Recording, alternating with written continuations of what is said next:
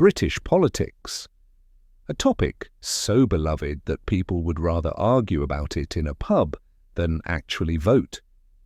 Whether you find it fascinating or just plain frustrating, today we're diving into the political jungle known as the United Kingdom, breaking down every major party that's trying to run the show, or at least tweet about it.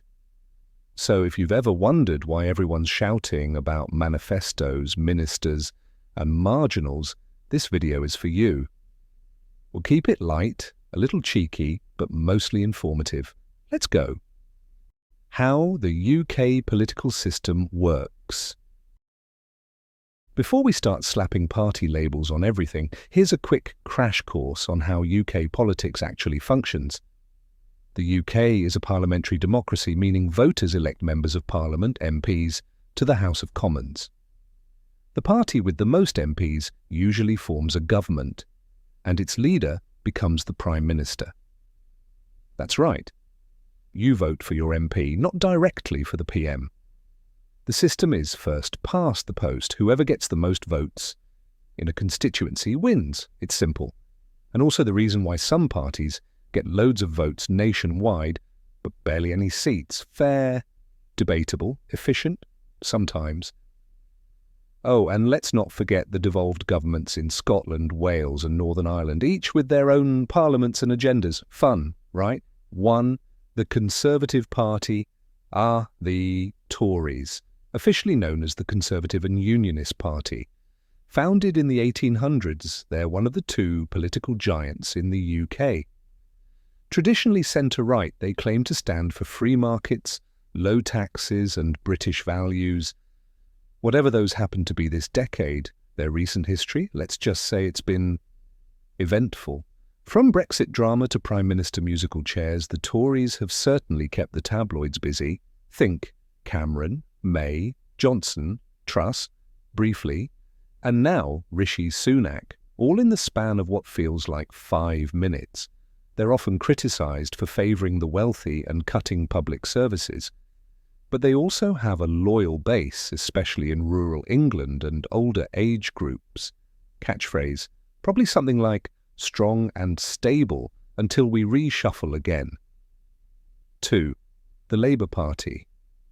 On the other end, we've got Labour, the centre-left powerhouse born out of the trade union movement and working-class politics.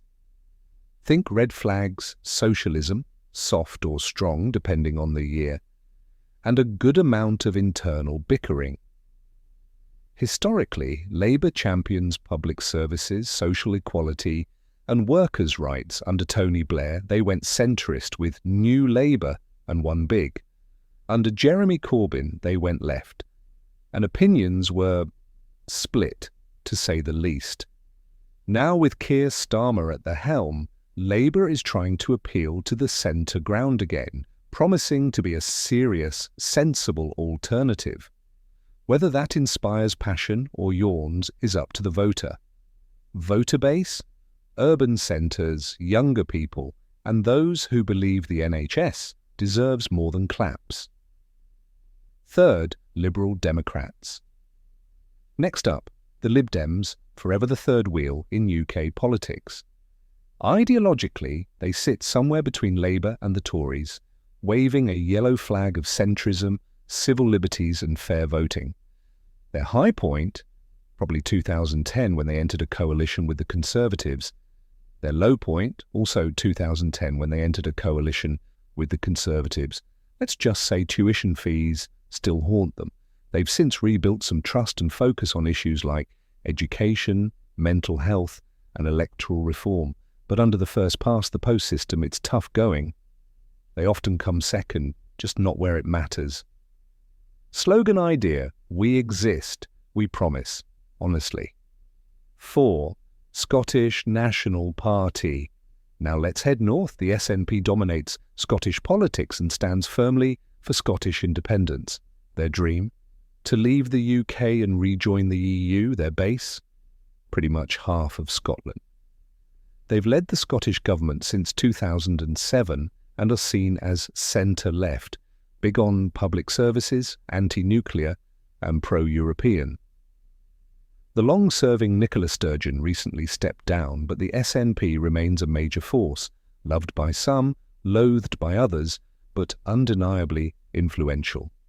If Westminster is a storm, the SNP is a steady drizzle that never quite goes away. 5. Reform UK cue dramatic music. Here comes Reform UK, the party formerly known as the Brexit Party.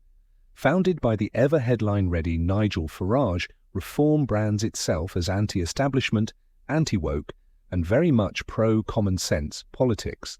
They're known for strong stances on immigration, free speech, and opposition to what they call big government. Supporters see them as truth-tellers, critics see them as populists in search of a platform.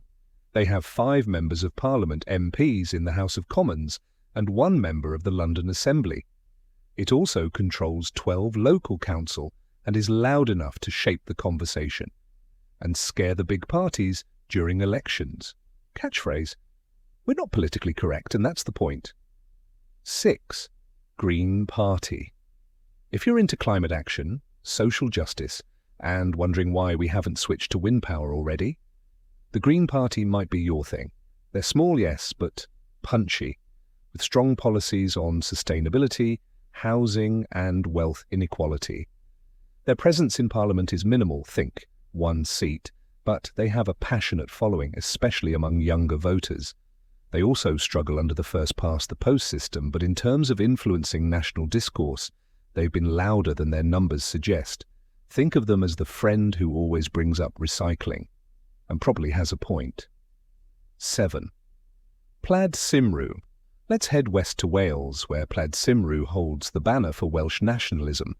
Founded in the 1920s, their mission is clear: greater autonomy, the protection of Welsh identity, and ultimately independence from the UK. Politically, they lean centre-left, advocating for social justice, climate action, and the promotion of the Welsh language. Yes, the one with words that look like someone just leaned on a keyboard. While they've never been the dominant party in Wales, that spot usually goes to Labour, they consistently win seats in the Senedd, Welsh Parliament, and often hold a few in Westminster too.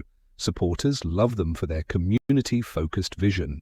Critics sometimes write them off as niche, but don't underestimate the power of national pride and a dragon flag. 8. Democratic Unionist Party. Next up, the DUP, one of Northern Ireland's major parties and a firm defender of the union with Great Britain. Founded by Ian Paisley in 1971, they are socially conservative, Protestant-rooted, and known for taking clear, often controversial stances on issues like same-sex marriage, abortion, and of course, Brexit.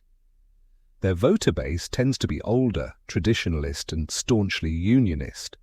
In 2017, they even held the balance of power in Westminster, propping up Theresa May's government and securing £1 billion for Northern Ireland in the process. Not bad for 10 MPs. They've been vocal critics of the Northern Ireland Protocol, arguing it separates NI from the rest of the UK. In Northern Irish politics, their voice is loud, even if you don't always agree with the volume. And there you have it. British politics in all its chaotic, colourful glory.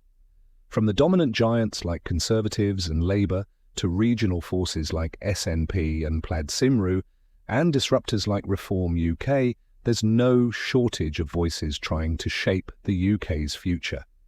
Whether you're a political junkie or just here to understand why everyone's arguing on Twitter, knowing who these parties are and what they stand for gives you a clearer view of the landscape. So next time politics comes up in conversation, you can nod wisely and say something about first past the post. People will either be impressed or politely change the topic, like, share, comment.